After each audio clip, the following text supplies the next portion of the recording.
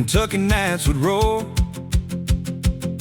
at Windy Hollow Speedway, where the rooster tails would soar.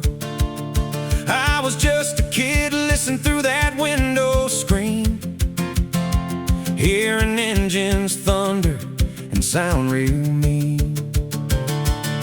And there was one name everybody knew. When 33 hit the track, the crowd came unglued. Wayne Coakley flying wide against the rail, throwing dirt and moonlight in a roaring dusty trail. Wayne Coakley, king of Windy Hollow Speedway, fast as the wind on a hot summer race day. You could hear him practicing all through the week, burning through the backstretch like a runaway dream. First place waiting every Friday night under those old dirt track lights, shining bright. From my window I could hear freedom howl and pretend I was the legend of Windy Hollow. The pine trees would shake when he mashed that pedal down. Sounded like thunder rolling across the ground.